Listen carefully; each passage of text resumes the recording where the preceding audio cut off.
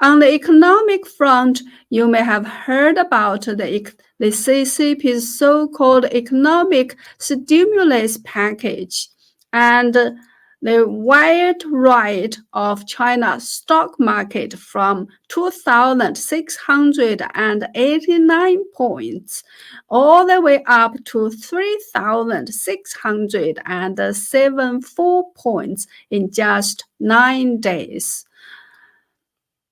So a 9-day rise of nearly 37%. So what is the truth behind this big move and the stock market's crazy rise? The so-called stimulus package announced by the CCP has made some people, including the overseas investment community, quite excited. However, in essence, it's just the central bank printing more money for the Ministry of Finance to use.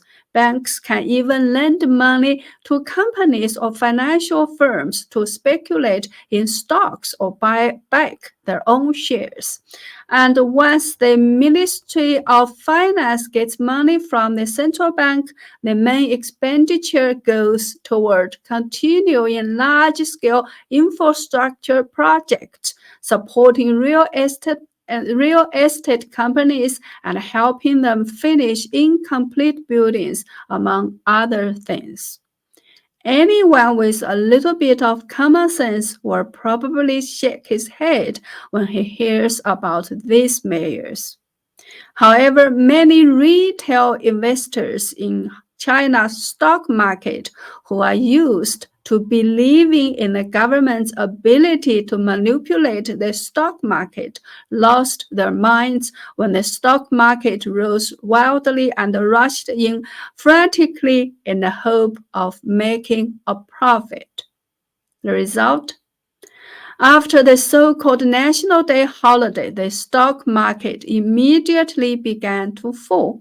It is estimated that in this round of frantic upward and downward movement, institutions and main market forces were selling, while small retail investors suffered a net loss of 2 trillion yuan or 280 billion US dollars.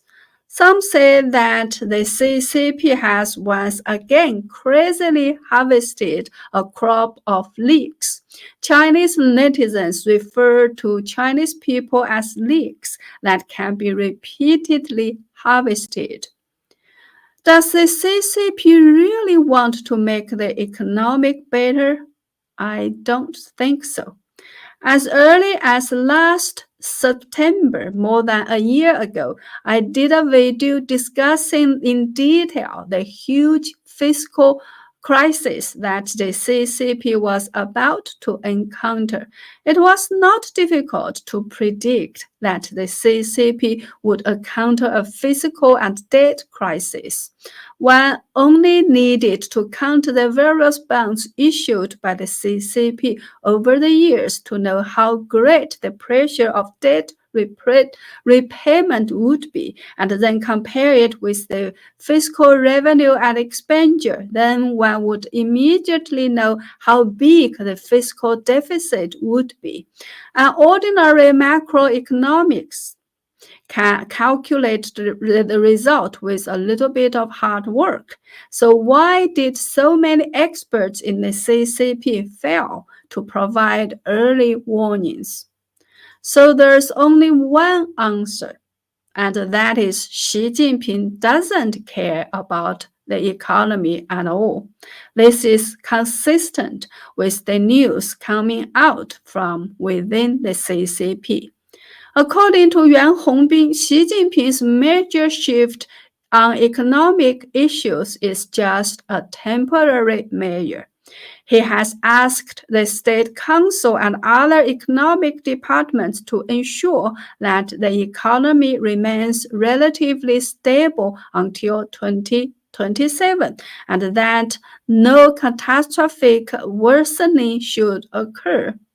So the so-called stimulus measures by the CCP are just to temporarily stabilize the economy before any potential invasion of Taiwan.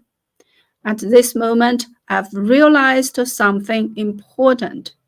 By having Wen Jiabao and Li Ruihuan sit next to him, Xi Jinping might be trying to mislead the international community and the Chinese people.